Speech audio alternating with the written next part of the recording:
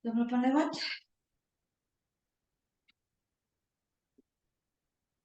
Nasmi, untuk Agung udah hadir belum Nasmi?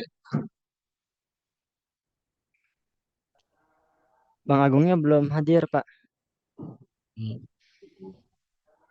Bang Ade mungkin bisa dikontak ya. Kuncinya gimana?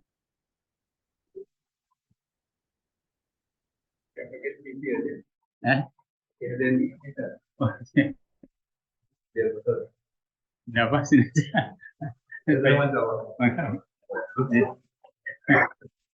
Salam.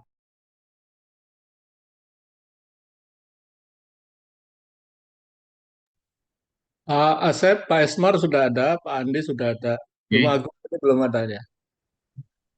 Monggo dipimpin Pak Rusdi aja nggih. Ya, Assalamualaikum Pak Asep, Pak Rusdi. Waalaikumsalam. Terima kasih Pak Esmar. Iya, Alhamdulillah. iya. Allahu Akbar. Ustaz Andi, alhamdulillah. Assalamualaikum. Oh, Pak Andi, Assalamualaikum, Pak Ustaz. Siapa Esmar? Ustaz Asep. Allah.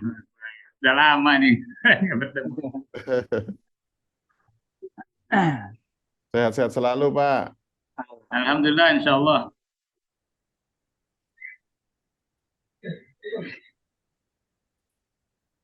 Pak Rusdi,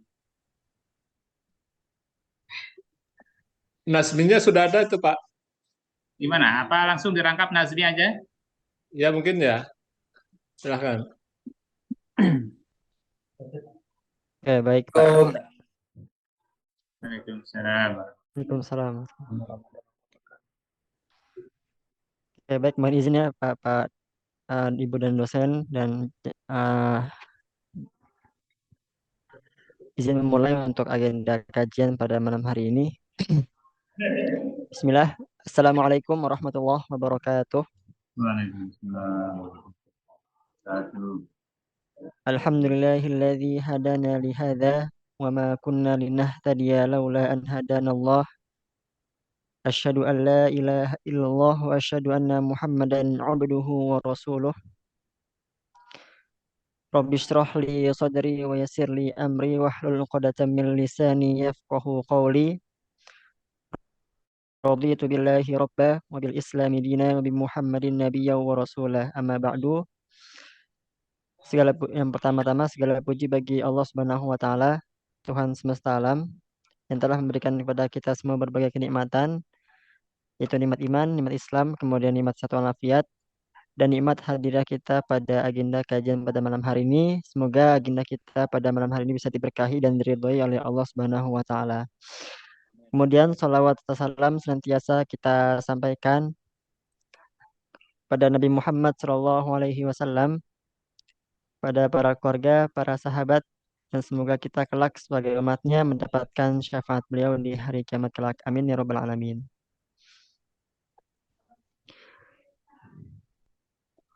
Kameranya. Yang kami hormati Ustadz Dr. Andi Hadianto MA selaku pemateri pada malam hari ini. Kemudian Bapak Dr. Esmar Budi MT selaku Wakil Dekan 1 FIPA UNJ. Kemudian Pak Asep Supana selaku Ketua DKM Masjid Nur Irfan UNJ. Perkenalkan, saya Muhammad Nazmi Hanif, mahasiswa Prodi Statistika tahun 2020. Insya Allah akan menjadi MC atau memandu acara kajian pada malam hari ini. Mari kita buka bersama agenda kita dengan sama-sama mengucap ta'awudz, basmalah, dan sholawat. A'udzubillahi minasyaitonirrajim. Bismillahirrahmanirrahim. Allahumma sholli ala Sayyidina Muhammad wa ala ali Sayyidina Muhammad. Selanjutnya akan ada pembacaan tilawah Al-Quran yang insya Allah akan disampaikan oleh Bang Agung Ramdhani. Kepada Bang Agung, tafadhol masykuran. Syukran, jazakallah khair. Assalamualaikum warahmatullahi wabarakatuh.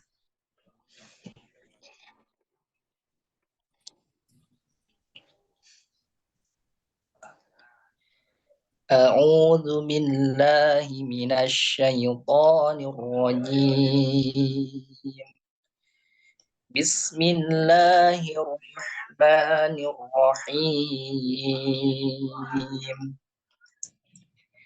Alif Lam Ra. Tilka ayatul kitabil mubin. Inna anzalnahu Qur'anan Arabiyyan la'allakum ta'qilun. Nahnu naqussu 'alaika ahsanal qasasi bima awhayna ilaika hadzal Qur'an بما أوحينا إليك هذا القرآن وإن كنت من قبله لمن الغافلين إذ قال يوسف لأبيه يا أبت إني رأيت 11 كوكبا والشمس والقمر رأيتهم لي ساجدين قال يا بني لا تقصص رؤياك على إخوتك فيكيدوا لك كيدا إن الشيطان للإنسان عدو مبين وكذلك يجتبيك ربك ويعلمك من تأويل الأحاديث ويتم نعمته عليك وعلى آل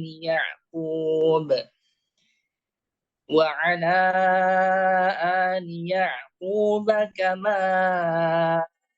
أتمها على أبويك من قبل إبراهيم وإسحاق إن ربك عليم حكيم صدق الله العظيم. Assalamualaikum warahmatullahi wabarakatuh. Waalaikumsalam warahmatullahi wabarakatuh. Syukran jazakallah khair Bang Agung atas pembacaan ayat suci Al-Qur'annya, yaitu pembacaan surat Yusuf ya, awal dari surat Yusuf. Semoga Bang Agung yang selaku membacanya dan kita selaku yang mendengarkan mendapatkan pahala di sisi Allah Subhanahu wa taala. Amin ya rabbal alamin. Beranjak ke agenda selanjutnya, yaitu insya Allah akan ada sambutan yang akan disampaikan oleh Bapak Dr. Esmar Budi MT selaku Wakil Dekan 1 FMIPA UNJ. Kepada Bapak Esmar, waktu dipersilakan. Baik, terima kasih Saudara Ismi. Bismillahirrahmanirrahim. Assalamualaikum warahmatullahi wabarakatuh. Alhamdulillahirabbil alamin. Wassalatu wassalamu ala asrofi anbiya'i wal mursalin wa ala alihi wa sahbihi ajmain. Allahumma sholli ala Muhammad wa ala ali Muhammad. Asyhadu an la ilaha illallah wahdahu la syarikalah wa asyhadu anna Muhammadan abduhu wa rasuluh. Amma ba'du. Yang kami hormati Pak Guru kita, Ustadz kita, Bapak Dr. Asep Setengah. Yang kami hormati Guru kita, Ustadz kita, Bapak Dr. Andi Handrianto. Yang saya hormati Bapak Dr. Rusdi,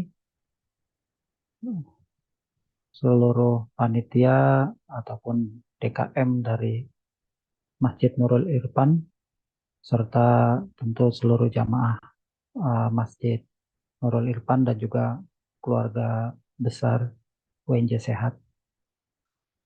Puji syukur kehadirat Allah SWT atas nikmat sehat, karunia dan hidayah sehingga kita bisa berkumpul dalam kegiatan rutin Ulumul Quran yang dilaksanakan oleh DKM Masjid Nurul Irfan Universitas Negeri Jakarta bersama dengan UNJ Sehat.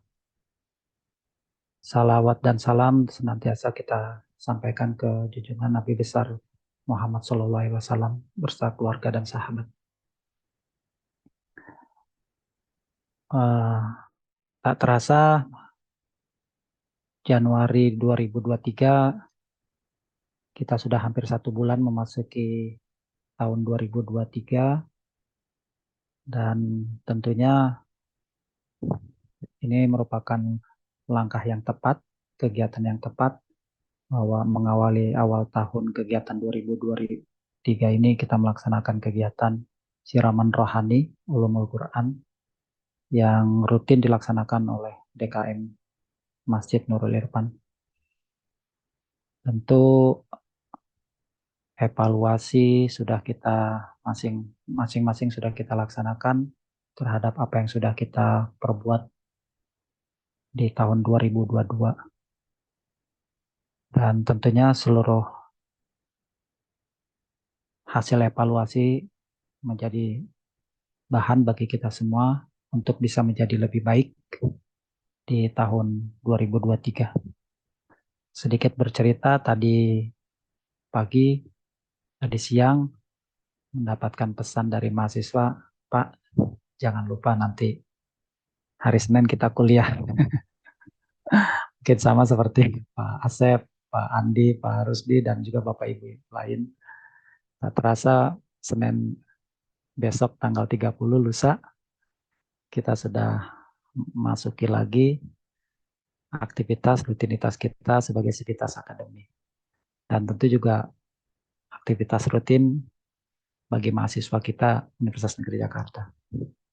Tak terasa 1 tahun 2022 itu sudah kita lalui. Semoga kita semua dilimpahkan ilmu dan rezeki. Semoga kita tetap teguh istiqomah dalam memegang tauhid, dan semoga kita semua menjadi lebih baik, karena sebaik-baiknya kita adalah yang tentu hari ini adalah lebih baik dari hari kemarin. Insya Allah.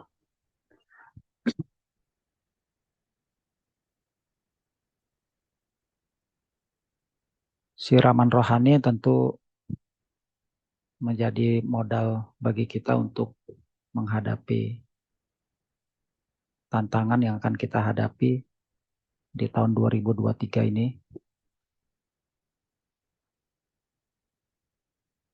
Aktivitas-aktivitas banyak yang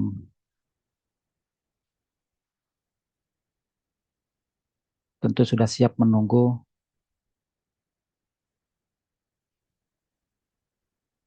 dan semoga kita tetap istiqomah.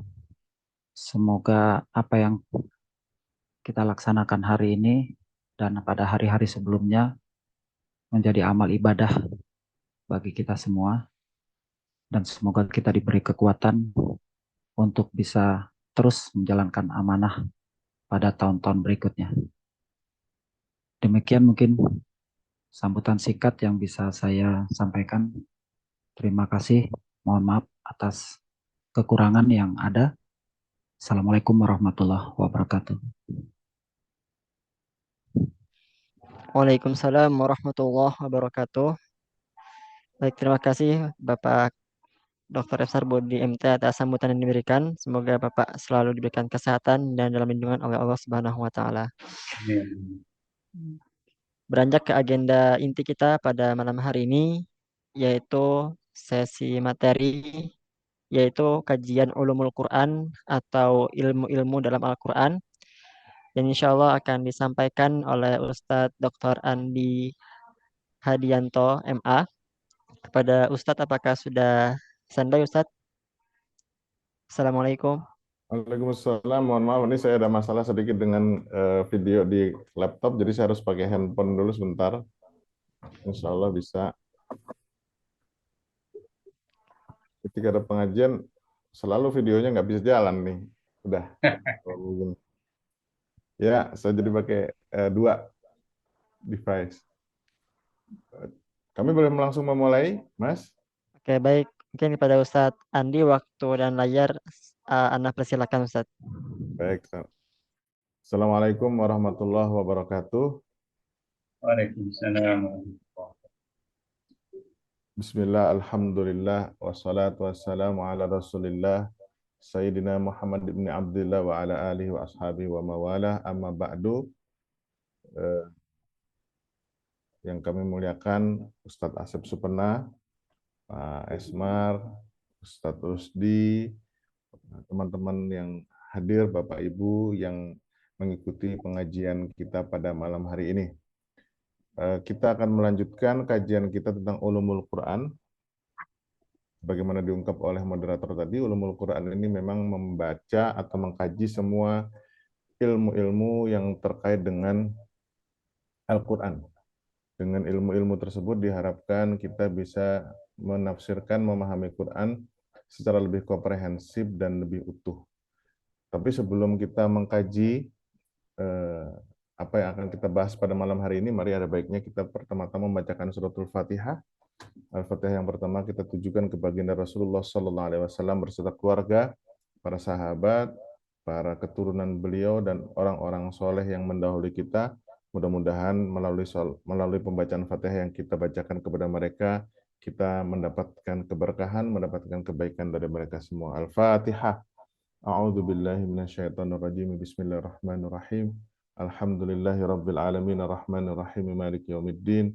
Iyyaka na'budu wa iyyaka nasta'in. Ihdinas siratal mustaqim, siratal ladzina an'amta 'alaihim ghairil maghdubi 'alaihim waladdallin. Amin. Al-Fatihah yang kedua, marilah kita tujukan kepada penulis buku ini, Profesor Dr. Fahad Abdurrahman Ibn Sulaiman Ar-Rumi. Mudah-mudahan melalui tulisan ini beliau mendapatkan kebaikan dari Allah Subhanahu wa taala dan terus berkontribusi demi pengembangan ilmu pengetahuan Islam. Al-Fatihah. A'udzu billahi minasyaitonir rajim. Bismillahirrahmanirrahim. Alhamdulillahirabbil alamin arrahmanir rahim maliki yaumiddin. Iyyaka na'budu wa iyyaka nasta'in. Ihdinas siratal mustaqim, siratal ladzina an'amta 'alaihim ghairil maghdubi 'alaihim waladdallin. Amin. Hadirin yang dimuliakan Allah, malam ini kita akan membahas tentang khasaisul Qur'anil Karim, yaitu keistimewaan atau karakteristik yang dimiliki oleh Al-Quran. Sebagaimana kita ketahui bahwa Al-Quran ini diturunkan oleh Allah dalam rangka untuk mengeluarkan umat manusia dari kegelapan jahiliyah menuju cahaya terang benderang yang diberikan oleh Islam. Melalui Al-Quran, harapannya umat Islam akan mampu menunjukkan jati dirinya sebagai khairu ummatin ukhrijat linnas, sebagai umat yang terbaik yang dimunculkan di hadapan umat manusia yang lainnya.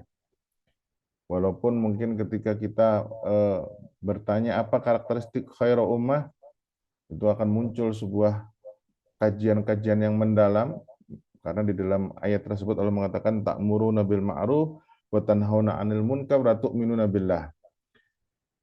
Karakteristik umat yang beriman, ta'muruna bil ma'ruf, menyeru kepada kebaikan, menyeru kepada pengetahuan, menyeru kepada keterbukaan, menyeru kepada bagaimana mengembangkan budaya dan peradaban yang baik, menyeru kepada pengakuan terhadap kebaikan orang lain, dan seterusnya. Dan di antara salah satu karakteristik umat yang terpilih ini atau umat yang terbaik adalah tanhauna 'anil munkar, mencegah keburukan. Apa saja itu bentuk-bentuk keburukan? Di antaranya mencegah budaya emosional, kebiasaan untuk mencaci orang lain, kebiasaan untuk bersikap tanpa berpikir, mencegah kebiasaan-kebiasaan yang hanya menunjukkan kepribadian ganda. Satu sisi mengatakan taat, tapi sisi yang lain justru menunjukkan ketidaktaatan kepada Allah. Itu tanhauna 'anil munkar. Nanti itu ada kajian umum yang lebih luas lagi. Nah, hadirin yang dimuliakan Allah, umat ini banyak sekali memiliki karakteristik, ya. Begitu juga Nabi memiliki karakteristik-karakteristik tertentu. Islam juga memiliki karakteristik-karakteristik tertentu. Saking banyaknya karakteristik yang dimiliki oleh umat Islam, yang dimiliki oleh Nabi, dan dimiliki oleh Al-Quran, maka banyak sekali karya-karya para ulama yang menjelaskan karakteristik-karakteristik tersebut. Nah, disinilah kami akan mencoba membahas tentang beberapa karakteristik Al-Quran. Yang pertama terkait dengan kemuliaannya, terkait dengan kedudukan dan posisinya. Apa saja karakteristik aspek keutamaan atau kemuliaannya? Pertama, bahwasanya Al-Quran ini kuliatus syariah.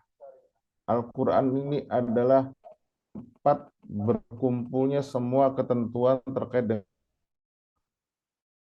Al-Quran ini adalah umdatul millah. Al-Quran ini adalah pilar dari keberagamaan kita.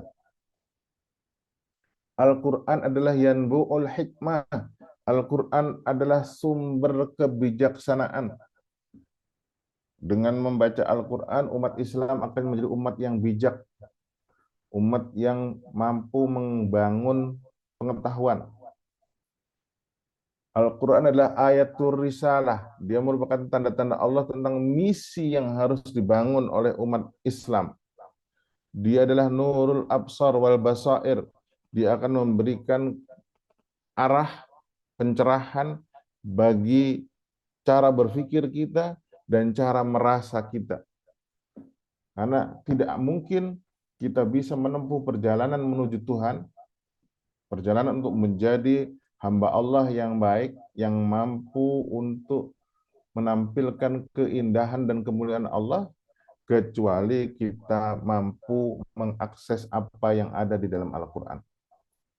Dan kita umat Islam tidak akan mungkin mengalami kesuksesan, mengalami keselamatan, selama kita tidak bisa mengakses Al-Quran. Nah, Al-Quran adalah kalamullahil azim. Ini kita sepakati. Al-Quran itu adalah firman Allah yang maha hebat. Al-Quran adalah siratul mustaqim, jalan yang lurus. Maka ketika kita membaca Al-Fatihah, Allah ihdinas siratal mustaqim, itu penerjemahan yang paling tepat bagi kita adalah, ya Allah, mudahkanlah bagi saya untuk mengakses nilai-nilai atau ajaran-ajaran yang ada di dalam Al-Quran. Ya Allah, mudahkanlah saya untuk senantiasa komitmen, konsisten dengan ajaran dan nilai-nilai yang sudah Allah tetapkan di dalam Al-Quran. Itu salah satu makna dari ihdinas siratal mustaqim. Mengapa kok setiap sholat Fatihah kita selalu membaca ihdinas siratal mustaqim? Ya Allah, tunjukkanlah kami jalan yang benar. Apakah selama ini kita masih berada pada jalan yang salah? Maksud dari ayat tersebut tidak lain dan tidak bukan agar kita diberikan keistiqomahan, diberikan kemampuan untuk terus memperdalam isi Al-Quran sehingga hidup kita menjadi semakin mustaqim, menjadi semakin lurus dengan bimbingan dari Allah Subhanahu wa taala. Al-Quran itu juga dusturuhul qawim. Al-Quran juga merupakan ketentuan-ketentuan Allah yang lurus. Melalui ketaatan kita terhadap ketentuan Allah ini, insya Allah kita akan bisa mencapai kebahagiaan. Jadi kalau ditanya bagaimana kebahagiaan itu, apa sumber kebahagiaan itu? Tidak lain dan tidak bukan kebahagiaan manakala kita mampu untuk menerjemahkan Al-Quran, kandungannya, nilai-nilainya di dalam kehidupan kita. Al-Quran itu adalah risalatullahil khalidah.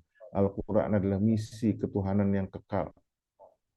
Misi Allah itu sepanjang keberadaan alam dunia tidak lain dan tidak bukan ada di dalam Al-Quran. Misi apa itu? Misi untuk membangun rahmah lil alamin. Misi untuk menciptakan kedamaian. Sesuai dengan nama agama kita adalah Al-Islam. Visi untuk membangun kedamaian, kebersamaan, keamanan, kemajuan, dan seterusnya. Al-Quran inilah mu'jizah ad-daimah. Adalah mukjizat yang kekal. Kalau mukjizat-mukjizat yang dimiliki oleh para rasul yang lalu itu mukjizatnya sifatnya materi, sifatnya lahir, konkret, terjadinya hanya temporal, hanya pada saat si pemilik mukjizat itu hidup. Itu pun hanya sekali seumur hidup. Sementara Al-Quran adalah mukjizat Allah yang daimah, yang kekal, yang terus-menerus. Dan apa bukti mukjizat Al-Quran ini? Al-Quran bisa digali oleh siapapun dan menghasilkan konsep yang terus berkembang secara dinamis. Saya selalu mengatakan, anak SD baca Quran dapat pemahaman khas anak SD. Anak SMA demikian, mahasiswa S1, S2, S3, profesor sekalipun, itu ketika dia terus membaca Quran akan terus menemukan hal-hal baru, akan terus menemukan konsep-konsep baru yang mungkin itu bisa untuk diterapkan di dalam kehidupan kita. Nah, cuman masalahnya kita sekarang mengaji Quran tidak dinamis. Kadang-kadang kita sudah terjebak pada tafsir yang kemudian kita kultuskan tafsir tersebut, kita sakralkan tafsir tersebut, seolah-olah itulah ketentuan final dari kandungan Al-Quran. Sehingga kita tidak membuka adanya kemungkinan-kemungkinan tafsir yang lain, yang justru dengan kemungkinan-kemungkinan tafsir tersebut, kita bisa menunjukkan Al-Quran itu dinamis untuk segala waktu dan untuk segala tempat. Nah, Al-Quran itu juga merupakan hujjatur Rasul ad-damirah. Al-Quran ini merupakan argumen yang dapat dipergunakan oleh Rasulullah ketika itu untuk mampu menunjukkan kehebatan Islam, untuk mampu menunjukkan bahwa Al-Quran ini memang merupakan kitab ajaran yang tidak ada duanya dan tidak bisa ditandingi oleh ajaran-ajaran yang lain. Kemudian hadirin yang dimuliakan Allah, di dalam Al-Quran ada banyak sekali kandungan yang bisa kita pelajari, yang bisa kita akses untuk kemudian menjadi nilai-nilai yang bisa mewarnai seluruh kehidupan kita.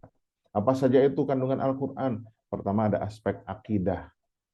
Aspek akidah itu adalah aspek keimanan, keyakinan, bagaimana cara pandang kita tentang Tuhan, bagaimana cara pandang kita tentang ciptaan Tuhan, bagaimana kita meyakini tentang adanya dunia dan akhirat, bagaimana hubungan dunia dan akhirat, mengapa kita perlu meyakini adanya akhirat, itu semua dijelaskan dalam aspek akidah.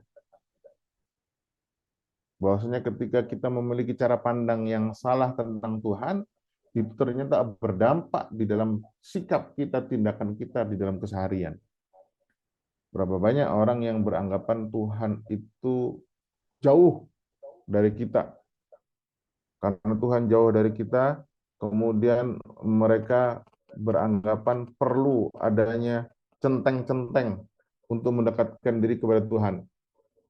Nah, centeng-centeng ini adalah bisa berwujud lembaga keagamaan, bisa berwujud tokoh-tokoh agama, bisa berwujud berhala-berhala yang lain yang dianggap sebagai mediator untuk membuat kita dekat dengan Tuhan. Akhirnya muncul adanya lembaga-lembaga yang mengatasnamakan Tuhan, kelompok-kelompok yang mengatasnamakan Tuhan. Karena apa? Karena dia punya paham, punya keyakinan Tuhan itu jauh. Karena jauhnya Tuhan dengan kita, perlu ada mediator-mediator. Nah, itu masalah akidah. Jadi masalah akidah itu kalau kita nggak benar-benar memahaminya, itu punya dampak di dalam kehidupan kita. Gara-gara masalah akidah, kita bisa membunuh dan memerangi teman kita, saudara kita. Kenapa? Karena dianggap memiliki persepsi yang berbeda tentang Tuhan. Nah, ini berbahaya. Maka kita harus benar-benar ngaji secara tepat apa itu masalah-masalah akidah. Lalu masalah ibadah. Ibadah itu bagaimana kita melakukan ritual simbolik untuk menunjukkan upaya mendekatkan diri kepada Allah. Jadi upaya simbolik itu jadi perlu manusia itu adalah makhluk simbol. Kadang-kadang untuk mengekspresikan makna-makna tertentu dia perlu simbol-simbol. Nah, salah satu cara untuk mengekspresikan kedekatan, ketundukan, Ketaatan kepada Allah ada dengan ibadah. Walaupun sejatinya begitu kita melakukan ibadah, ya ibadah itu kembalinya kepada kita. Dengan ibadah bukan berarti kita sedang menyenangkan Tuhan, tidak memberi upeti kepada Tuhan, tidak memberi sesajen pada Tuhan, tapi dengan ibadah itu, dengan simbol-simbol tersebut, maka kita sesungguhnya sedang memperkuat makna yang ada di dalam diri kita. Nah, Al-Quran itu juga ada, di situ ada hikmah, ada kebijakan-kebijakan, ada ahkam, ada aturan-aturan, ada adab, ada moral, ada akhlak, ada qisas, ada pelajaran-pelajaran berupa peristiwa-peristiwa sejarah masa lalu yang akan bisa dijadikan iktibar untuk mendapatkan pelajaran dari situ. Ada mawa'id, ada peringatan-peringatan, ada nasihat-nasihat. Termasuk di dalam Al-Quran juga ada ulum, ada isyarat-isyarat tentang ilmu pengetahuan. Ini saya selalu mengatakan ini teman-teman di MIPA nih Pak Esmar, mungkin kita perlu nih bikin Islamisasi sains. Nah, bagaimana Islamisasi sains itu bertolak dari ngaji Quran lalu mengembangkan ilmu? Bukan yang terjadi selama ini. Yang terjadi selama ini kan kita lihat teori Barat, konsep-konsep Barat kita ambil dulu, setelah kita baca, kita stempel dengan ayat-ayat Al-Quran, kita stempel dengan hadis. Nah, kalau kita ingin mengembangkan teori keilmuan berbasis Al-Quran, harusnya baca Quran dulu. Baca Quran, setelah baca Quran menjadi inspirasi untuk mengembangkan teori-teori. Itu kan menarik tuh. Misalnya kita belajar tentang Ashabul Kahfi. Kenapa Ashabul Kahfi bisa 300 sekian tahun dia bertahan hidup di dalam gua? Ada unsur-unsur apa nih? Harusnya nih begitu kita baca Ashabul Kahfi, kita tertarik untuk mengkaji secara sains. Al-Quran bercerita tentang nahal, tentang lebah. Bercerita tentang namal, tentang semut. Sudahkah kita mengkaji berdasarkan surat-surat tersebut untuk mengembangkan teori tentang namal, teori tentang semut, teori tentang nahal? Jangan-jangan memang Al-Quran ini sedang mengajarkan kepada kita ada dua peradaban. Satu peradaban nahal, satu peradaban namal. Peradaban nahal dengan karakteristik nahal, peradaban namal dengan karakteristik namal. Nah, ini kalau kita baca nih, misalnya nih, nahal itu kan lebah itu dia kalau mengambil makanan, makanannya tidak dia makan begitu saja, tapi kemudian diolah menjadi sesuatu yang baru, menjadi madu. Artinya dia tidak menerima mentah-mentah apa yang dihasilkan, apa yang diproduk oleh peradaban yang lain, oleh kebudayaan yang lain. Sementara kalau semut, misalnya, semut kan kalau mendapatkan makanan, ya sudah makanan itu disimpan. Nanti suatu saat ketika dibutuhkan, dimunculkan lagi terus seperti itu. Dia tidak melakukan modifikasi, tidak melakukan perubahan. Ini contoh nih Pak. Teman-teman MIPA harus ngaji dari sini nih. Baca Quran. Jadi yang benar itu kan baca Quran supaya dapat kebaikan. Baca Quran menjadi inspirasi untuk meneliti. Nanti bagaimana nih di UNJ, kita mulai mendorong pengembangan keilmuan berbasis Quran nih. Ngaji Quran, berdasarkan ayat Quran, lalu terdorong untuk melakukan penelitian. Dana-dana meliti berbasis ayat Quran harus ditambah nih Ustadz Asep nih kayaknya nih. Jangan dikira ketika kita mengkaji Quran itu hanya mengkaji masalah agama, tapi mengkaji Al-Quran itu bisa mendatangkan inspirasi-inspirasi peradaban.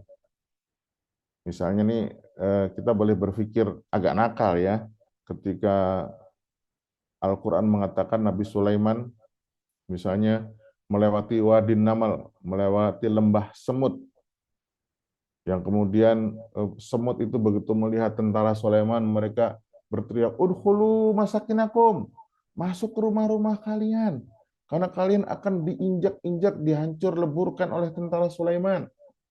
Pertanyaannya, ini semut beneran atau semut sebuah bangsa? Kalau lembah semut dianggap semut binatang, itu kecilnya seperti apa? Tidak perlu takut menghadapi tentara, menghadapi gerakan atau langkah-langkah tentara Sulaiman.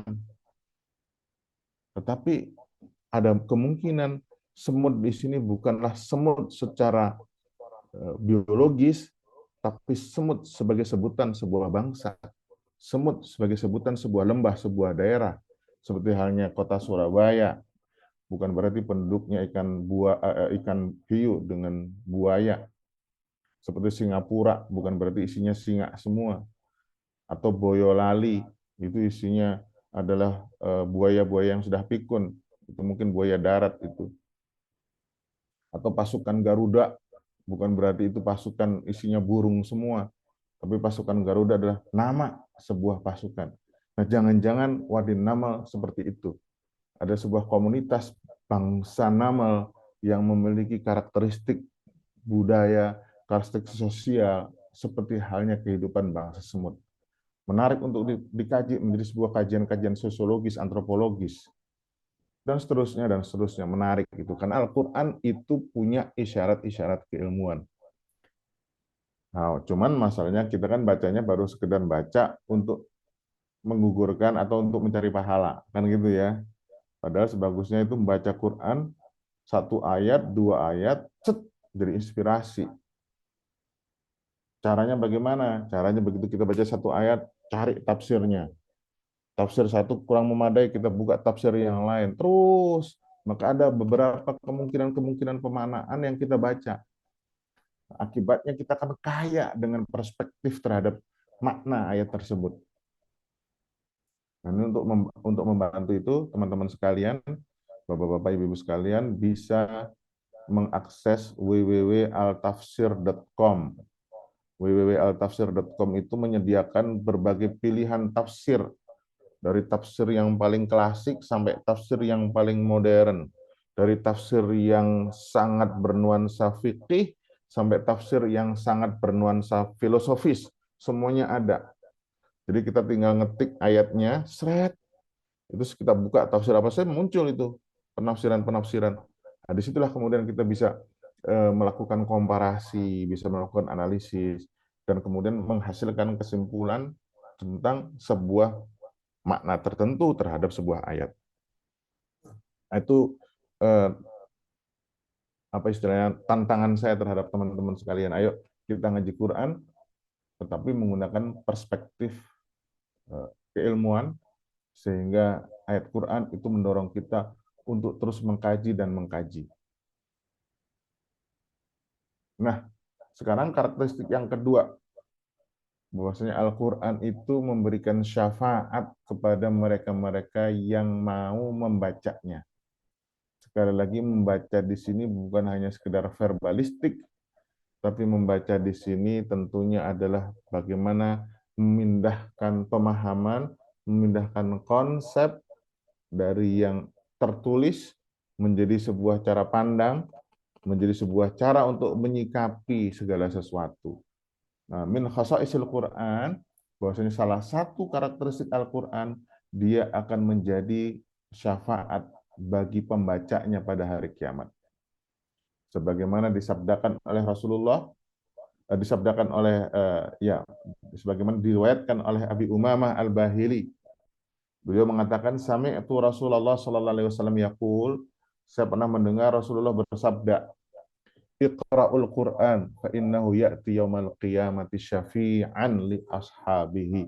Bacalah Al-Qur'an karena dia akan datang pada hari kiamat sebagai pemberi syafaat bagi mereka-mereka yang membacanya. Dalam tanda kutip, membaca di sini artinya memang sudah menjadikan Al-Qur'an sebagai jati dirinya, sebagai karakternya, sebagai cara pandang dan cara bertindaknya.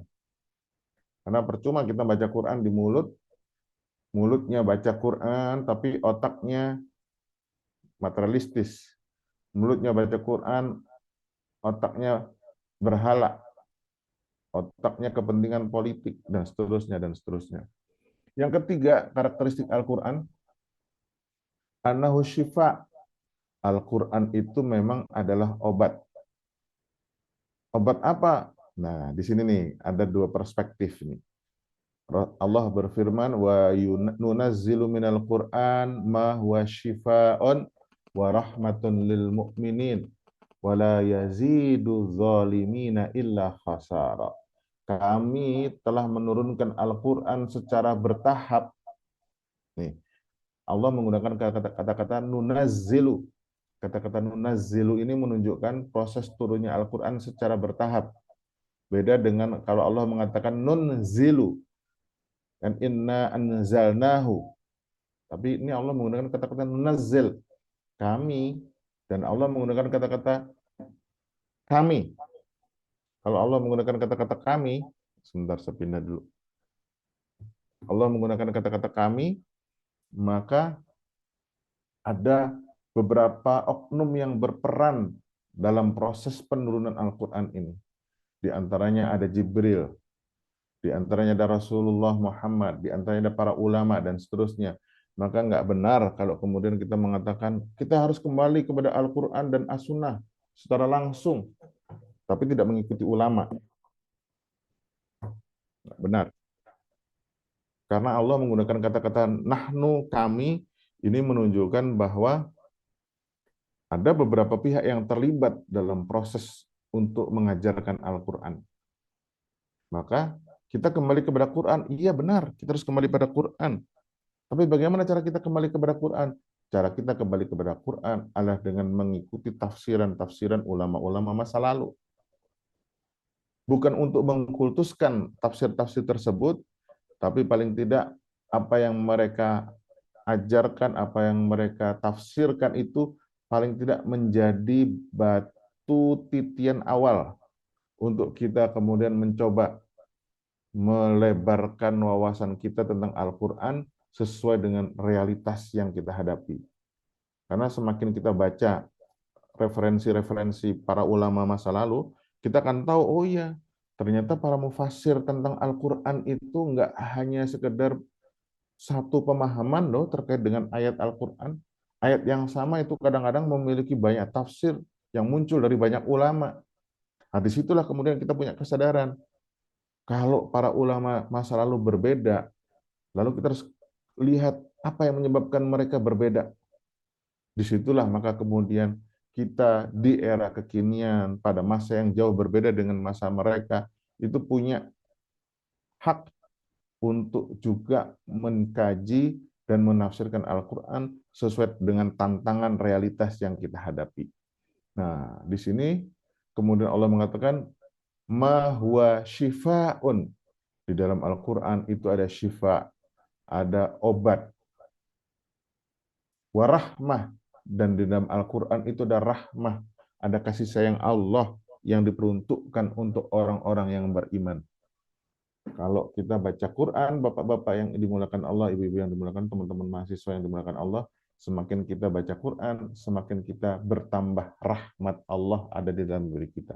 Kalau rahmat Allah yang ada di dalam kita semakin bertambah, maka insya Allah kita pun akan memiliki rahmat yang luas yang bisa kita sebarkan untuk orang-orang, untuk lingkungan yang ada di sekitar kita.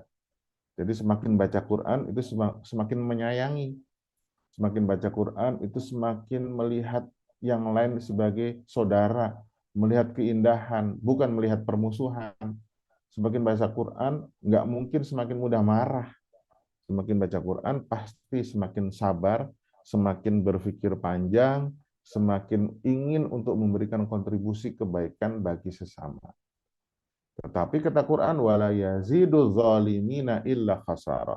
Tapi bagi orang-orang yang zalim, orang-orang yang sudah terlanjur ingin memutarbalikkan kandungan Al-Quran sesuai dengan kemauan mereka, yang ingin menggunakan Al-Quran untuk kepentingan-kepentingan mereka, maka Al-Quran hanya akan menambahkan mereka khasara. Mereka akan semakin rugi.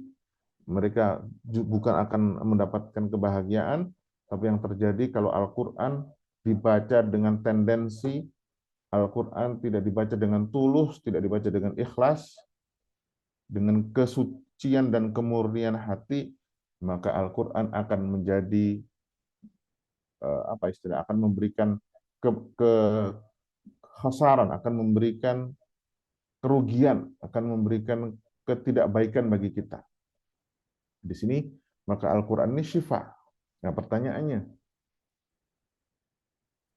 Al-Quran dikatakan oleh Allah syifa, bukan dawa. Ya, jadi kita harus tahu bedanya syifa sama dawa. Kalau syifa itu artinya kesembuhan. Ya, ini kita sering salah nih bilang syifa itu obat. Bukan. Syifa itu artinya kesembuhan. Apa kesembuhan itu?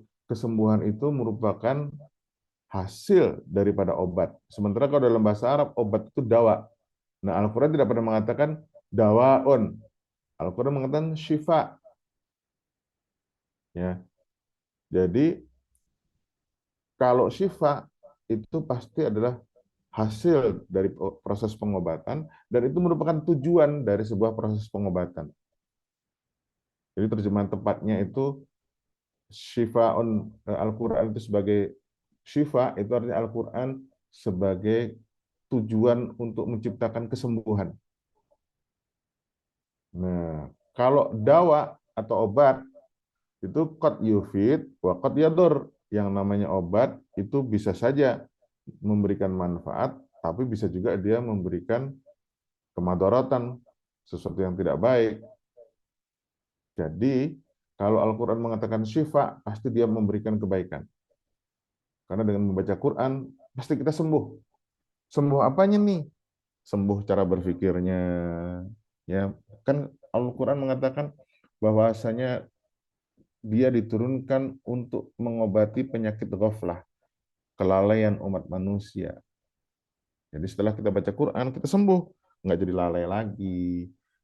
Tadinya kita menjadi mahasiswa malas-malesan, gara-gara baca Quran, kita jadi semangat belajar, gitu kan. Yang tadinya jadi karyawan, kurang disiplin, ghaflah itu ghaflah, itu lalai. Baca Quran, syifa, sembuh, menjadi disiplin, menjadi rajin.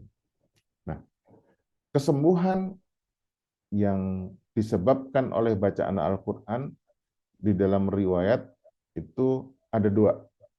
Bisa kesembuhan fisik, bisa kesembuhan psikis. Nah, ini contohkan nih.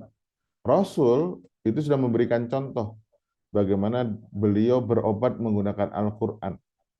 Diriwayatkan oleh Aisyah radhiyallahu anha.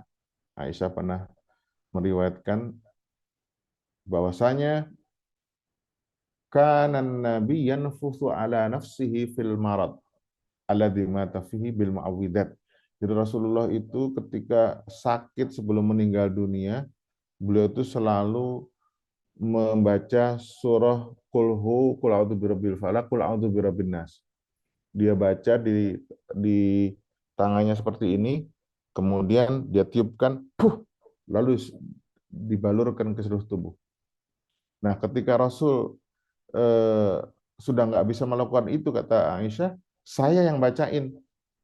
Saya bacain, ya. Kemudian saya letakkan tangannya Rasul dekat mulut saya bacakan. Kemudian saya tiupkan di tangannya Nabi dan saya menggunakan tangan Nabi untuk membasuh tubuhnya dari atas sampai bawah untuk memberikan keberkahan. Jadi dalam kondisi-kondisi tertentu Al-Quran secara sugestif bisa memberikan kesembuhan fisik. Tapi tadi kembali kekuatan sugestifnya. Rasulullah sugestinya kuat. Kenapa? Beliau orangnya suci. Beliau orangnya tulus. Beliau dekat dengan Allah. Sehingga bacaan-bacaannya itu langsung bisa mengena di hati orang-orang yang yakin terhadap Rasulullah. Nah, kita, misalnya saya disuruh niupin, saya suruh baca kulhu berkali-kali, terus kemudian saya tiup kepada orang sakit, ya nggak ada, yang ada malah mungkin sakitnya makin parah kali. Kenapa ya? Kita bukan orang-orang yang suci, belum sampai pada makom orang-orang yang memang diberikan wewenang untuk memberikan sugesti positif pada orang-orang tertentu. Ini kalau Ustadz Asep sebagai pakar psikologi mesti bisa itu mensugesti, baca Quran, gitu, tiupkan, gitu, pasti langsung sembuh tuh. Ya Pak Asep, ya Ustadz Asep ya. Insya Allah, amin. Ini ilmunya Ustadz Asep dengan sugesti dengan pengobatan nih. Kita aja ditipu dukun dengan bacaan-bacaan yang nggak jelas, merasa sembuh. Apalagi kalau kita dibacakan dengan ayat-ayat Al-Quran. Nah, suatu saat nih diceritakan nih, di sini ada cerita, ada sekelompok sahabat Nabi datang ke sebuah kampung. Nah, begitu datang ke sebuah kampung, mereka lupa untuk mengucapkan salam, untuk meminta izin pada penduduk kampung tersebut. Tiba-tiba pemimpin rombongan tersebut dipatok ular. Nah, ributlah itu rombongan sahabat tersebut, lalu mereka minta bantuan untuk mencari obat dan mencari orang yang bisa menyembuhkan penyakit dipatok ular. Nah, akhirnya singkat kata, setelah terjadi komunikasi antara penduduk desa dengan rombongan sahabat, ada salah seorang dari tokoh masyarakat desa tersebut membaca Quran, membaca Fatihah. Setelah membaca Fatihah, dia kumpulkan ludahnya. Dia kumpulkan ludahnya di tangannya, kemudian dibalurkan di tempat yang luka dipatok ular itu. Terus apa yang terjadi? Para sahabat nggak percaya. Ini orang gimana nih, masa hanya dengan baca Fatihah kemudian diludahkan dan ludahnya dibalurkan ke tempat yang dipatok ular itu bisa sembuh. Para sahabat nggak percaya, lalu mereka bertanya sama Rasulullah. Ketika mereka bertanya sama Rasulullah, Rasulullah ketawa. Terus apa kata Rasulullah? Wa ma adraka annaha ruqyatun khudhuha wadribu li bisaham.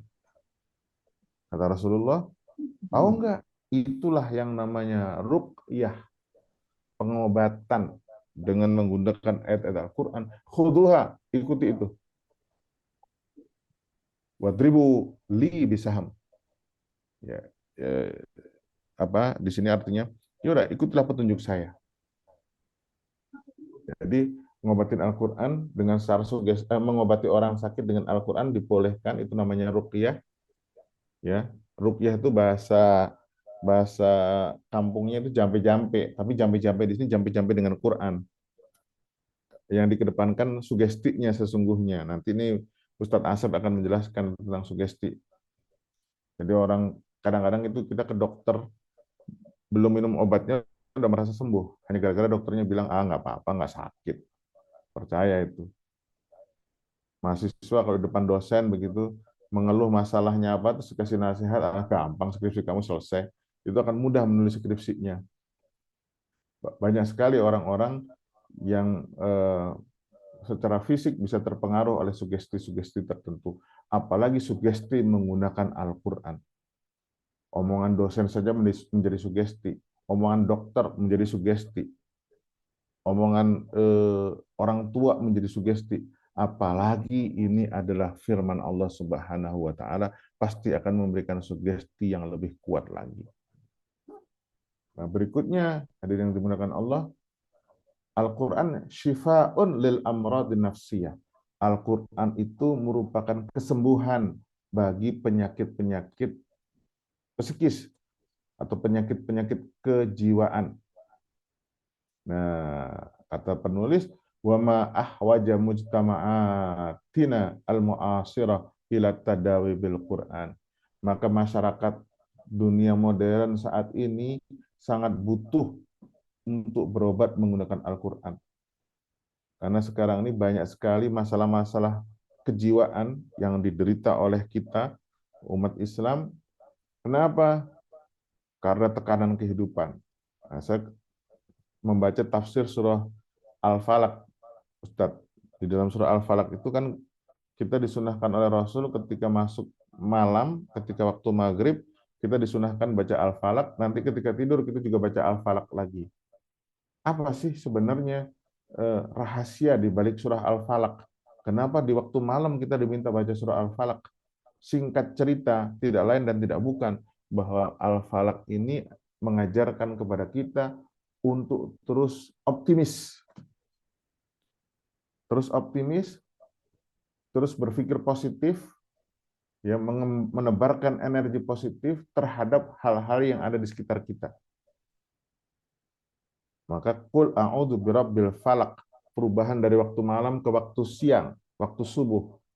Artinya apa? Kita harus optimis. Kesulitan yang sedang kita hadapi di malam hari ini pasti akan berakhir dengan subuh, akan berakhir dengan waktu terang.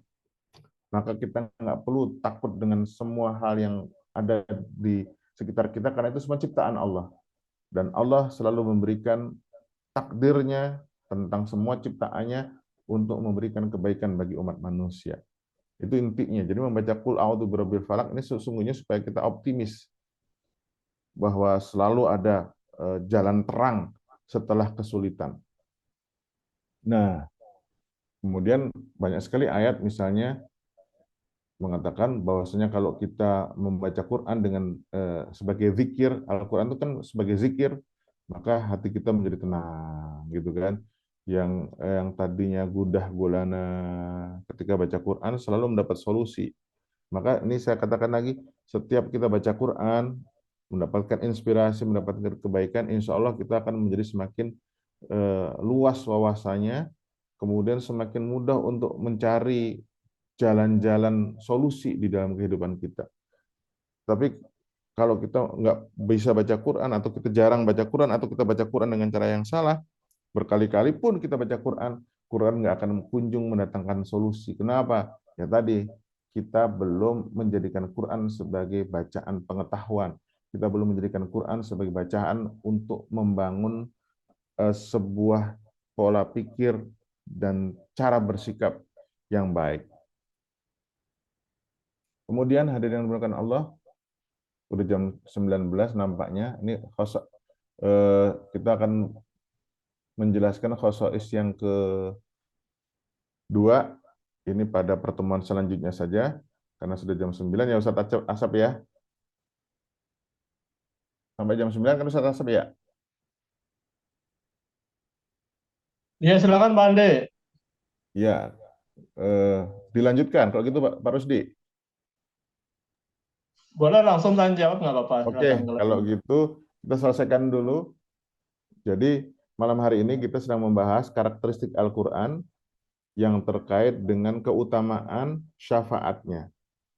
Keutamaan dan syafaat, yaitu nanti Al-Quran itu bisa memberikan syafaat, Al-Quran itu bisa menjadi kesembuhan. Ini dalam hal keutamaan. Nanti kita akan mengkaji lebih dalam pada pertemuan berikutnya tentang karakteristik yang terkait dengan gaya dan bahasa Al-Quran yang punya keunikan-keunikan tertentu. Nah, di sini saya ingin memotivasi teman-teman sekalian, sahabat-sahabat sekalian, yuk kita baca Quran sebagai sumber inspirasi pengetahuan, sebagai sumber inspirasi untuk membangun peradaban yang lebih baik lagi, diawali dengan menjadikan Al-Quran itu sebagai alat untuk menciptakan kesembuhan. Sugesti artinya menjadi sugesti bagi kita, sugesti untuk terus sehat, sugesti untuk hidup sehat, sugesti untuk hidup baik, sugesti untuk memberikan kebaikan bagi sesama umat manusia. Saya pikir itu saja dulu. Silakan saya kembalikan kepada moderator.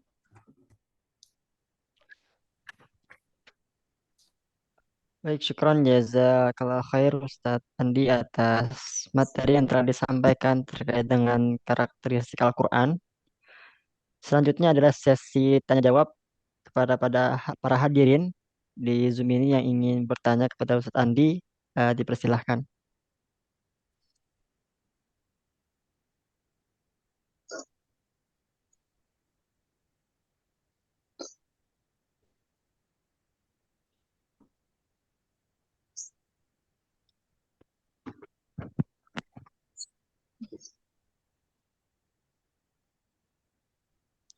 Sepertinya sudah paham semua Ustadz. Ya, alhamdulillah. Alhamdulillah. Alhamdulillah. Nanti yang terkait dengan sugesti biar Ustadz Asap yang menjelaskan itu. Amin, amin, amin. Itu Pak Pri, raise hand. Romo ya, Pak Pri, Pak Pri. Suprianto.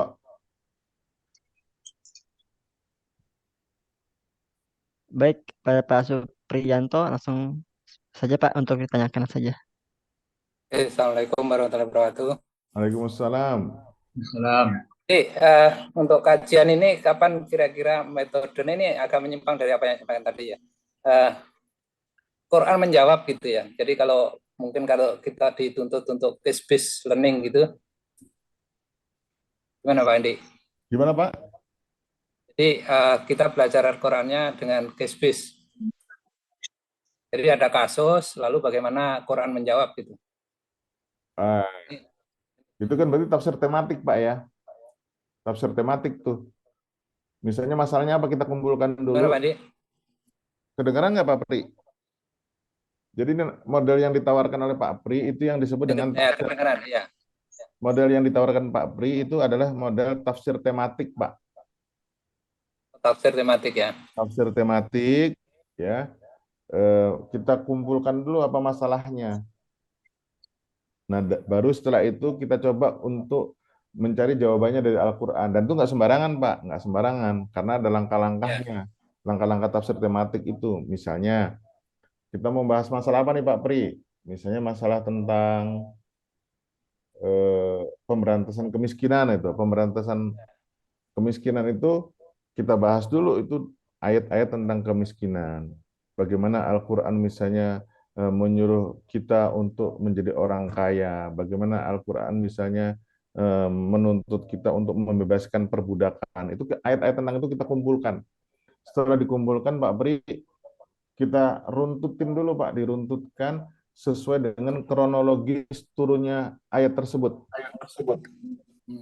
Karena Al-Quran itu kan nggak turun sekaligus. Al-Quran itu turun dalam jangka waktu 23 tahun untuk menjawab tantangan kehidupan yang sedang dihadapi oleh Nabi ketika itu. Nah, jadi setelah diurut, kita akan tahu nih ayat ini menjawab masalah apa. Hilang suaranya. Sekarang kedengaran Pak? Halo Pak Pri. Kedengaran Mas Andi, jelas Iya. suaranya. Ya. Setelah kita mengurutkan ayat-ayat atau surat-surat tersebut, baru kita baca dalam konteksnya yang utuh terkait dengan keberadaan ayat itu di sebuah surat. Setelah itu kita akan menemukan jawaban yang komprehensif terkait dengan tema apa yang kita bahas pada kala itu, pada saat itu, tentang kemiskinan atau apa. Itu Pak. Nanti langkah-langkahnya silakan dibaca di tulisan-tulisan saya tentang tafsir tematik Pak Pri. Ada. Ya, maksud saya diselingi dari kajian ini kan rutin kan, usul Ya. aja tadi. Jadi Nanti satu terakhir, ketika Pak Pri. diselingi yang seperti itu. Berarti itu saran saya untuk pengurus masjid pada minggu ke-5 atau minggu ke-berapa itu bikin contoh kajian tafsir tematik, Pak. Itu kajian tafsir. Nah, tematik itu sendiri bisa macam-macam, Pak Pri. Ada tematik tadi berdasarkan tema, ada tematik berdasarkan surat, Pak. Satu surat itu kita baca untuk menemukan tema besarnya apa. Misalnya surah Yusuf, itu cerita surat tentang apa sih ya, gitu kan. Kadang-kadang kita ngira surat Yusuf hanya surat cinta antara si Yusuf dengan Zulaikha. Padahal sesungguhnya kalau kita baca surat Yusuf ini secara mendalam, nggak ngomongin tentang cinta itu. Itu kan hanya satu episode kecil dalam peristiwa-peristiwa yang dihadapi Yusuf. Ini contohnya. Sehingga kita baca surah Yusuf untuk belajar, oh iya, surah Yusuf ini kan bercerita tentang seorang pemuda yang memiliki visi persatuan, memiliki visi untuk membangun sebuah kehidupan di mana seluruh elemen-elemen bangsa bersatu bersama, tanpa ada konflik, tanpa ada permusuhan.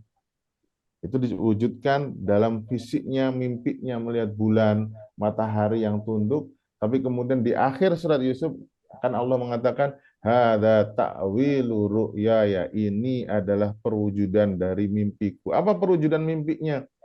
Di dalam cerita Yusuf itu Pak Pri berbeda dengan cerita-cerita yang lain. Kalau cerita-cerita yang lain itu kan para musuhnya para rasul itu binasa. Fir'aun binasa, Nuh tenggelam, Lut ditenggelamkan. Tapi kalau di surat Yusuf itu yang menarik, bahwa musuh-musuhnya Yusuf semuanya dirangkul oleh Yusuf. Dirangkul ayahnya, ibunya, kakak-kakaknya, termasuk wanita yang menggoda Yusuf itu dirangkul untuk sama-sama hidup di Mesir secara damai. Nah, itu contoh tuh bagaimana Yusuf punya visi membangun sebuah masyarakat yang bersatu, yang damai. Contoh nanti itu bisa kita tafsirkan dalam tafsir yang lain. Ya, kapan gitu? Mungkin Mas Agung atau Mas Hanif untuk range kapan yang tematik, kapan yang yang sifatnya pendalaman yang teori dasarnya dulu di Ulumul Quran sama diterapkan dalam kajian-kajian tematik, boleh juga itu Pak Pri. Jadi nanti ada variasi. Iya, betul. Mungkin Pak Ketum setuju nggak kalau itu? Pak Ketum? Boleh Pak Tri, boleh. Jadi anggaplah itu bagian dari ulumul Quran gitu maksudnya. Nanti diselang-seling. Iya, maksud saya gitu. Jadi dalam kajian ulumul Quran itu metodenya bervariasi gitu. Nggih, ngaten. Terima kasih Pak Andi. Siapa? Ada lagi itu tadi? Pak Anton nanya itu Pak Anton. Pak Anton, mangga Pak Anton. Halo, Assalamualaikum. Waalaikumsalam. Waalaikumsalam. Izin bertanya Pak Ustadz Andi. Siap. Terkait dengan Al-Quran sebagai syifa, yaitu memberi kesembuhan. Di dalam hadis tadi disebutkan bahwa yang dibaca itu suratul Fatihah. Sementara perkembangan saat ini dalam ruqyah itu ada ayat-ayat yang dikhususkan untuk ruqyah. Apakah memang ada riwayat bahwa atau jin atau makhluk halus atau setan itu bisa takut dengan bacaan-bacaan seperti itu, Ustaz? Demikian, terima kasih. Iya. Bahwasanya sebenarnya ruqyah di sini, penjampe-jampean di sini kan bukan dalam artian mengusir makhluk halusnya. Tapi ruqyah dengan menggunakan bacaan-bacaan Quran itu arahnya adalah sugestinya. Kembali lagi, sugestinya. Sugesti ini diarahkan kepada siapa? Sugesti adalah diarahkan kepada objek yang dibacakan Al-Quran tersebut. Misalnya, si Pak Anton sakit. Pak Anton itu punya keyakinan banyak. Keyakinan semua itu ditentukan oleh Allah dan seterusnya. Maka kemudian seorang ustadz yang dianggap memiliki karisma itu dengan membacakan Al-Quran ayat-ayat tertentu itu akan memberikan sugesti bagi Pak Anton sehingga melalui sugesti tersebut dia mengalami kesembuhan. Jadi yang dipentingkan itu syifatnya, kesembuhannya, bukan soal pengobatannya, syifatnya. Ya, jadi bukan soal jinnya Pak Anton, bukan soal setannya yang masuk dalam diri kita, tapi sugestinya kepada objek yang dibacakan ayat Quran itu. Kalau yang sakit ente ya udah itu sugesti kepada ente-nya, kepada antumnya. Nanti soal jin, ini juga menarik ini nanti Pak Pri. Jin dan setan itu bisa kita kaji secara tematik. Apa itu sesungguhnya jin sama setan itu? Apakah ini makhluk yang pakai ada tanduknya kemudian bawa trisula atau seperti apa itu jin? Begitu juga malaikat. Saya pikir dulu Pak Anton ya. Yang penting sugesti.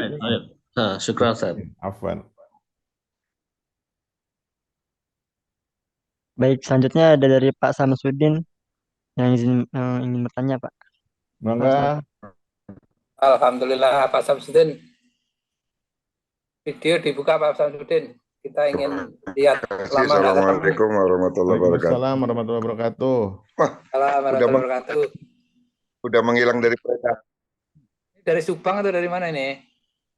Ada di dekat WNJ, cuma nggak pernah ada dalam peredaran kayaknya udah. Ustaz Asep sehat ya? Tadi harus alhamdulillah sehat semua mudah-mudahan. Ustaz Andi, Alhamdulillah. Siap. dengan sugesti Andri. Ya tadi kan Ustaz Andi bilang mengenai sugesti. Ya. Apalagi tadi Al-Fatihah, Al-Falaq. Ini biasanya ada yang dibaca sekali, 3 kali, 9, 21, 17, bahkan berapa Ustaz Andi. Nah ini sebetulnya ada apa sih dengan hitungan banyaknya dihitung? Ya. Akan terpengaruh terhadap sugesti diri. Iya, betul. Yang kedua adalah bagaimana kalau agar yang dibaca itu betul-betul mensugesti terhadap dirinya itu betul-betul berdampak keyakinan itu gitu Ustaz Andi. Kira-kira gimana penjelasan Ustaz Andi? Siap. Terima kasih Ustaz Andi. Baik, Itu Pak dua. Samsudin. Terima kasih banyak, senior. Ya, makanya saya selalu mengatakan namanya membaca Al-Quran itu pasti dibarengi dengan pemahaman. Ya. Nggak ada itu baca Quran hanya sekedar verbal tanpa tahu tentang maknanya. Nah, ketika kita sudah tahu tentang makna Al-Quran, maka bacaan-bacaan ayat-ayat Al-Quran tersebut akan menjadi sugesti bagi kita. Mengapa? Karena kita paham. Kita tahu. Tadi seperti Qul a'udzu birabbil falaq. Begitu dibaca Qul a'udzu birabbil falaq, sugestinya adalah kita harus tetap optimis. Kenapa? Kita paham dan bisa menyelami kandungan Al-Quran itu. Tetapi sugesti ini nggak akan mungkin terjadi kalau kita tidak punya basic pemahaman terhadap ayat-ayat yang dibacakan. Saya selalu mengatakan sugesti nggak akan terjadi kalau kita tidak paham dengan ayat-ayat yang dibaca. Itu yang pertama. Kemudian kok ada hitungan, ada yang sekali, 2 kali, 3 kali, seperti zikir kita kan Pak ya, zikir itu ada yang cuma 33 kali, ada yang baca ya la ilaha illallah 165 kali. Nah, disitulah kapasitas kolbu seorang manusia berbeda-beda antara satu dengan yang lainnya. Ada orang-orang yang memiliki kebersihan kolbu, kebersihan hati, kebersihan jiwa, sehingga dengan bacaan sedikit itu langsung masuk ke dalam kondisi tersugesti, masuk dalam kondisi fokus, sehingga mudah untuk kemudian merasakan perubahan-perubahan yang dipengaruhi oleh energi-energi kebaikan dari Allah Subhanahu wa Ta'ala. Tapi ada juga orang yang mungkin jiwanya terlalu kotor, gitu. Jiwanya terlalu kotor, yang kalau hanya dibaca sekali 2 kali nggak akan ngeh, nggak akan paham. Nah ini kan kita analogikan dengan kuliah saja tuh, kuliah di kelas tuh kadang-kadang dosen ngomong satu konsep, ada yang sekali ngomong langsung paham, tapi butuh juga yang berkali-kali. Itu tergantung bagaimana tingkat kesiapan jiwa dari orang-orang tersebut. Tapi prasyarat dasarnya pasti harus paham apa yang dibaca. Setelah prasyarat itu terpenuhi, nah nanti tinggal kualitas kebersihan jiwanya. Semakin dia orangnya tulus, semakin orangnya dia bersih, maka semakin cepat dia untuk connect dengan energi ketuhanan, energi kebaikan Allah. Tetapi semakin dia kotor, semakin dia sulit untuk konsentrasi, ya semakin butuh banyak sekali dibacakan itu. Makanya kalau saya punya guru saya dari Uni Emirat Arab, itu kalau ngasih amalan-amalan zikir, itu beda-beda antara satu murid dengan murid yang lainnya, Pak. Ada yang dikasih cuma 3 kali bacaan, ada yang dikasih puluhan kali, ada yang dikasih ribuan kali. Kalau sudah dikasih ribuan kali, kamu baca ini sekian ribu satu hari, waduh, ini menunjukkan kita dalam bacaan guru kita masih memiliki kualitas kejiwaan yang sangat jauh dari suci dan dari bersih. Itu saja mungkin jawaban dari saya, Pak Samsudin. Pak Ustadz, tambah satu lagi, apa waktu dan tempat juga membantu untuk mensugesti diri? Betul, Pak. Betul. Itu penting juga, coba mohon penting. Iya. Penjelasannya, Ustadz. Itulah maka Rasul kan mengatakan kalau kita mau melakukan proses pendekatan diri pada Allah, maka kita harus pertama dalam kondisi bersih. Kondisi bersih ini bukan hanya bersih batinnya, tapi juga bersih diri kita. Pakaian yang kita pakai saja tuh kalau kotor, itu juga akan mempengaruhi sugesti kita. Kemudian bersih tempatnya. Bersih tempat di sini bukan hanya bersih dari sampah, dari kotoran, tapi bersih dari polusi-polusi yang lain, dari gangguan-gangguan yang merusak konsentrasi kita. Itu saya katakan nggak mungkin kita menjadikan Quran sebagai sugesti positif, tapi kita bacanya di pasar yang lagi ada keramaian. Nggak mungkin. Atau kita sedang dalam kondisi kotor badannya, keringat, bau di mana-mana gitu. Terus kita ingin baca Quran untuk dapat sugesti positif. Nggak mungkin, nggak akan mungkin terjadi itu. Maka pakaian yang kita pergunakan, kebersihan badan kita, kebersihan lingkungan kita, mempengaruhi tingkat konsentrasi kita dalam membaca Al-Quran, dan di situ akan mempengaruhi tingkat sugesti kita terhadap bacaan-bacaan yang kita baca dari Al-Quran. Betul, Pak Samsudin? Termasuk asupan thayyibah ya Pak Hadi. Nah itu nanti masuk pada aspek kebersihan batin itu Pak. Kebersihan batin. Ya kan?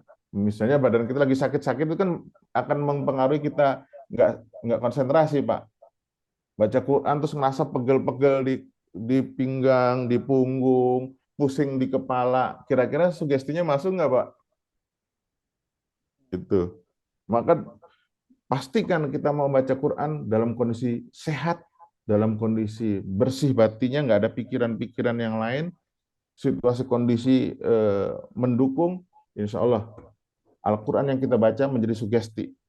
Kalau Al-Quran sudah menjadi sugesti, dia akan menggerakkan pikiran kita, menggerakkan sikap kita untuk berjalan sesuai dengan ketentuan yang dikehendaki oleh Al-Quran. Pak Ustadz, tanya. Siap, Pak Esmar. Iya, makasih. Jangan ujian nih, nanti ujian S3 nih. Maaf.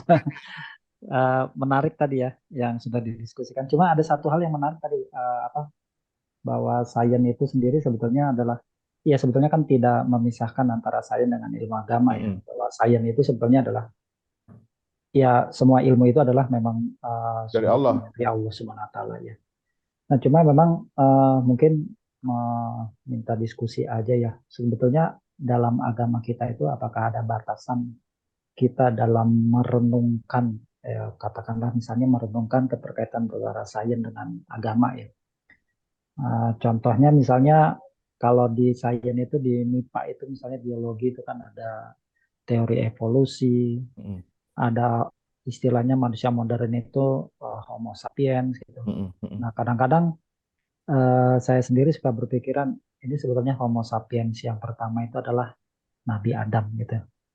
Nah ya ini pemikiran ya mohon maaf kalau misalnya ada yang berbeda. Nah itu pemikiran-pemikiran seperti itu apakah memang ada batasan-batasannya ataukah sebetulnya kita boleh dibebaskan aja ya kaitan dengan ya tadi mengkaitkan antara sains dengan, kemudian ada banyak hal sebetulnya ya tadi yang terkait dengan Homo sapiens misalnya, kemudian kaitan dengan ya yang menarik kan waktu di Al-Quran itu diceritakan bagaimana Allah akan menciptakan manusia, tapi iblis itu kan sudah mengatakan manusia itu berbuat kerusakan gitu ya. Artinya pada saat mau diciptakan manusia itu sebetulnya sudah ada, cuma ya yang mau diciptakan itu adalah manusia jenis Homo sapiens ya gitu. Nah itu salah satu pemikiran ya. Itu sebetulnya dalam Islam itu apakah ada batasan-batasan supaya dalam pemikiran-pemikiran seperti itu, atau sebetulnya kita bebas boleh mengeksplor. Kan tadi di awal Pak Ustadz menyampaikan juga pandangan-pandangan kita tidak melihat dari satu sisi atau dari ulama, organisasi atau apa, jadi sebetulnya kita bebas untuk kita boleh memperbanyak pandangan-pandangan untuk menilai suatu hal gitu. Nah yang kalau kami ya mungkin ya kalau di MIPA itu kan ya mungkin lebih banyak kaitan dengan sains yang betul apa yang disampaikan Pak Ustadz di dalam Al-Quran itu kan sebetulnya banyak sainsnya gitu ya. Jadi sebetulnya apa istilahnya ya saya berpendapat sebetulnya itu adalah rahasia-rahasia alam itu memang ada di dalam Al-Quran yang tidak akan dibuka seluruhnya kalau kita tidak berusaha untuk membukanya sendiri gitu. Itu saja mungkin. Terima kasih Pak Ustadz. Baik, jadi begini Pak Esmar, bahwa ayat-ayat Allah itu kan ada dua Pak, ada ayat-ayat yang tercipta, dan ayat-ayat yang terfirman. Ayat yang terfirman ini sebenarnya hanya sekedar memberikan bimbingan, memberikan motivasi, memberikan dorongan agar kita mengkaji ayat-ayat Allah yang tercipta, yaitu alam semesta, fenomena alam, fenomena sosial budaya. Itu adalah ayat Allah yang harus kita baca. Nah, bagaimana membaca ayat Allah ini tentu dengan dijiwai dengan ayat-ayat Allah yang berupa firman ini nih. Jangan sampai membaca ayat-ayat Allah yang ini salah. Kenapa banyak sekali orang membaca ayat-ayat Allah itu, tapi motifnya adalah eksploitasi. Motifnya adalah untuk sekedar melampiaskan kepentingan-kepentingan syahwatnya. Nah, membaca ayat yang seperti itu akan mengakibatkan ilmu berkembang untuk membunuh dan menghangus dan memberangus kemanusiaan itu sendiri. Itu diantaranya nih. Tetapi untuk berpikir, Allah memberikan kebebasan sepenuhnya kepada manusia untuk mengkaji ayat-ayat Allah itu. Silahkan dikaji sepenuhnya. Ya, silahkan dikaji sebebas-bebasnya, tapi ingat, Allah hanya mengingatkan, apapun hasil yang kita peroleh, tidak boleh kita jumawa dan kita mengatakan inilah kesimpulan yang paling final. Yang kedua, ingat, apapun yang kita lakukan itu ada konsekuensinya. Apakah dia memberikan kemaslahatan atau memberikan kemadaratan. Upayakan setiap kajian yang kita lakukan adalah memberikan kebaikan, memberikan tambahan makna bagi kehidupan umat manusia. Nah, terkait dengan tadi itu penciptaan Adam, sudah banyak buku itu, Pak. Ya. Banyak buku yang menuliskan, mencoba untuk memadukan antara teori evolusi dengan keterangan Al-Quran. Kalau saya malah punya pikiran nakal, Pak. Adam itu hanya satu atau banyak?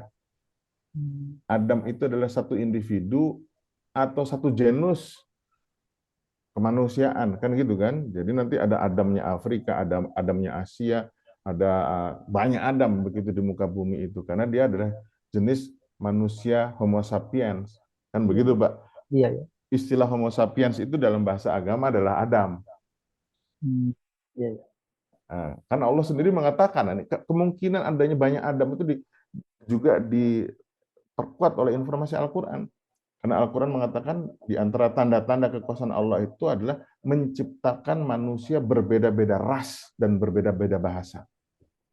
Artinya dari awal ras manusia itu berbeda, bahasa manusia berbeda. Nggak mungkin orang Cina itu satu keturunan dengan orang Arab atau satu keturunan dengan orang India. Jangan-jangan memang rasnya dari awal sudah berbeda. Kalau rasnya dari awal sudah berbeda, jangan-jangan memang nenek moyangnya sudah berbeda. Nanti silakan dikaji itu nanti. Terus bagaimana munculnya kehidupan manusia di muka bumi? Dikaitkan dengan teori Al-Quran sendiri tentang dukhan, tentang kabut asap, yang kemudian semakin memadat dari gas menjadi padat, lalu muncul kehidupan. Apakah muncul kehidupan itu dari satu individu pertama, atau dari banyak individu? Kan gitu, Pak, pertanyaannya. Nah, itu sudah banyak penjelasannya, Pak, tentang itu, Pak. Ada yang mengatakan, apa yang dikatakan oleh siapa tuh tadi, Darwin, itu dia membahas tentang manusia prasejarah atau manusia-manusia sebelum Homo sapiens. Tetapi kemudian Adam adalah sosok manusia yang mewakili manusia yang sudah mulai berpikir. Itu yang disebut dengan Homo sapiens. Dan di dalam Al-Quran, Pak Ersman juga mempunyai dua sebutan yang berbeda. Ada bashar, ada insan. Kalau bashar itu adalah manusia yang sekedar biologisnya. Nah, inilah yang mungkin dianggap sebagai manusia prasejarah atau manusia primitif, manusia primitif. Manusia primitif yang masih belum bisa berpikir, yang hanya sekedar hidup berdasarkan insting kayak binatang. Itu bashar, itu yang mungkin dibilang manusia primitif. Tapi kemudian Adam itu merepresentasikan manusia jenis yang baru, yaitu manusia insan. Manusia insan itu manusia yang di samping punya insting, tapi dia dilengkapi dengan akal, dilengkapi dengan hati nurani. Nah, pertanyaan berikutnya, Adamnya cuma satu atau banyak? Nah, itu nanti tugas Pak Esmar tuh yang kaji. Itu tugasnya Pak Rusdi, Pak. Teori kabut asap dan sebagainya itu tuh. Ya. Kan itu kalau kita belajar teori Spallanzani, Pak, ya, percobaannya Spallanzani itu kan. Iya. Bagaimana dari sebuah tabung yang terbuka lalu muncul banyak larva, lalu yang tertutup pun juga ternyata muncul juga. Nah, mungkin dari ibarat itulah bagaimana terjadinya kehidupan di muka bumi ini. Menarik, Pak, silahkan dikaji, bebas. Iya, iya. Tapi harus ingat semuanya ada konsekuensinya dan kita siap menanggung konsekuensi tersebut. Selama kajian-kajian itu didasarkan dengan motif untuk memberikan kebaikan bagi umat manusia dalam rangka untuk menciptakan kemaslahatan, insya Allah itu mendapatkan mendapatkan lampu hijau atau mendapatkan keberkahan dari Allah. Itu yang kalau meninggal dianggap jihad, Pak. Dengan ngaji Quran dikaitkan Adam dengan kabut asap, dikaitkan dengan penciptaan dunia, itu menarik, Pak. Iya, iya. Iya, terima kasih Pak Ustadz. Siap Pak Esmer.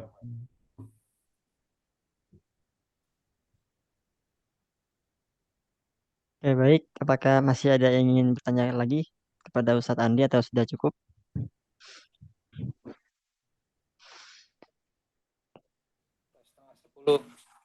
Ya, baik.